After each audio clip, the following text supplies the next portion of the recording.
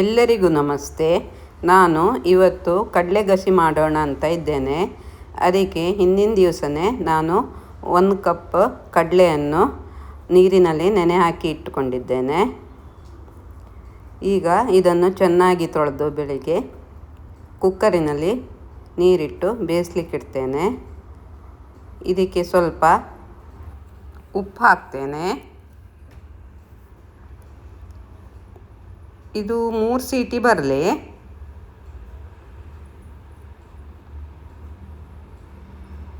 ಬಂದ್ ಮಾಡ್ತೇನೆ.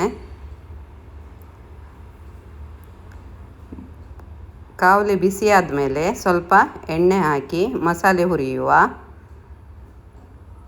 ಇದಕ್ಕೆ ನಾನು ಗಿಡ್ಡ 4 ಒಣಮೆಣಸು, ಒಂದು ಉದ್ದ ಮೆಣಸು ತಗೊಂಡಿದ್ದೇನೆ.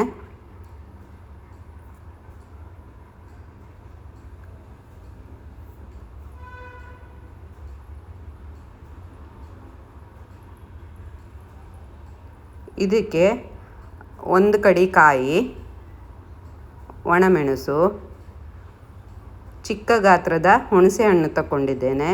ಯಾಕಂದರೆ ಬಿಂಬುಲಿಯನ್ನು ಸೇರಿಸೋದ್ರಿಂದ.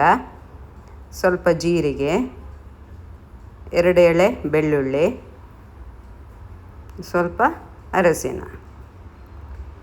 ಇವನ್ನೆಲ್ಲ ಚೆನ್ನಾಗಿ ರುಬ್ಕೋಬೇಕು.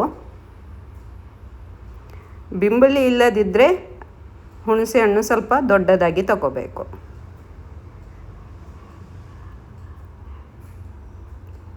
ಕಡಲೆ ಬೆಂದಿದೆ.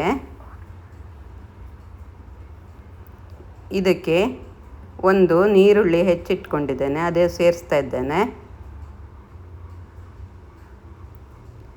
ಒಂದು 4 ಬಿಂಬುಳಿಯನ್ನು ಕಟ್ ಮಾಡಿ ಹಾಕ್ತಾ ಇದ್ದೇನೆ.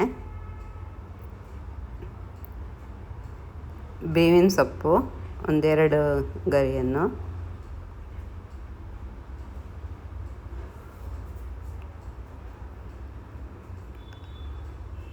ಒಂದು 5 ನಿಮಿಷ ಬೇಯಲಿ.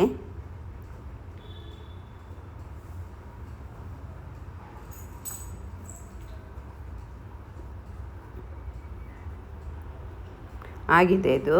ಈಗ ಇದಕ್ಕೆ ರುಬ್ಬಿಟ್ಟ ಮಸಾಲೆ ಸೇರಿಸುವ.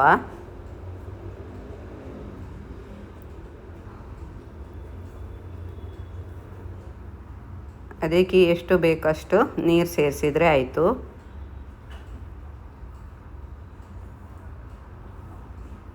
ಕುದಿಲಿಕ್ಕೆ ಇಡುವ.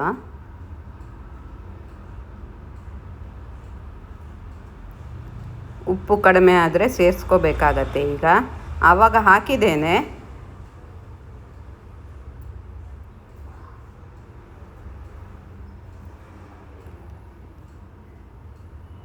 ಒಗ್ಗರಣೆಗೆ ಸಾಸಿವೆ, ಒಣಮೆಣಸು,